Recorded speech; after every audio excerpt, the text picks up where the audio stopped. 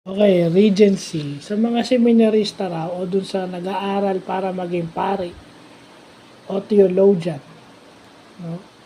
Maging maging lingkod ng Panginoon. Ang Regency daw isang panahon na kung saan sila daw lumalabas ng seminaryo, ah, widen their values formation and discern their vocation. So, yun pala yung sinasabi nila pag ikaw ay seminarista or ikaw ay nobisyada, kung ikaw ay magmamadre, you are getting under yung period of regency. Kumbaga, sinusubukan ka, no? Kumbaga, pinapa-experience sa'yo yung na-experience ng pangkaraniwang tao. Kasi kailangan makarelate ka sa mga tao dahil ang pinagsisilbihan nila ay mga tao. So, kailangan makarelate sila dun sa pangkaraniwan. Although, meron na silang experience sa labas bago sila pumasok ng seminaryo, i-reacquaint nila ulit yung kanilang sarili doon sa labas. Kasi, by that time, nasa seminaryo sila. So, yung Jesuit daw, yung mga Jesuits daw, ay yung isa sa may pinakamagandang regency program. No? At siyempre, doon mo pag-iisipan kung balak mo ba, kung para sa iyo ba talaga yung pagpapari.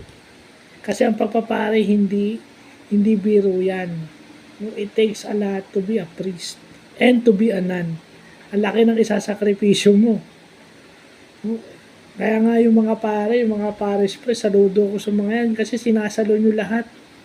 Panlalait, pangungutya, paninira, laman ng fake news, yung mga ganyan. Hindi nila, alam niyo yung mga pare, yan ang mga celebrity na hindi naman celebrity. Sa totoo lang. So, dyan pala nila natututunan yan. Yung pala yung naririnig ko, yung sinasabi, ay, dati seminarista yan, yung lumalabas. Lumalabas pala yan. Babalik din yan sa seminaryo. Yung pala yun, Regency pala siya.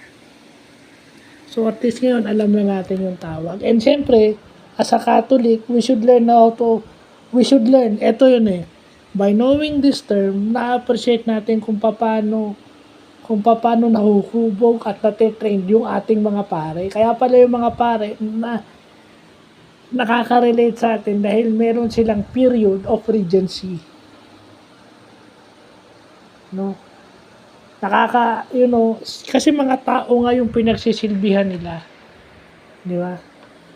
So kahit na anong trabaho yan, yung patience nila matitest, yung lahat ng nila masusubukan. So yun, maganda at natutunan natin yan. So yun lang po.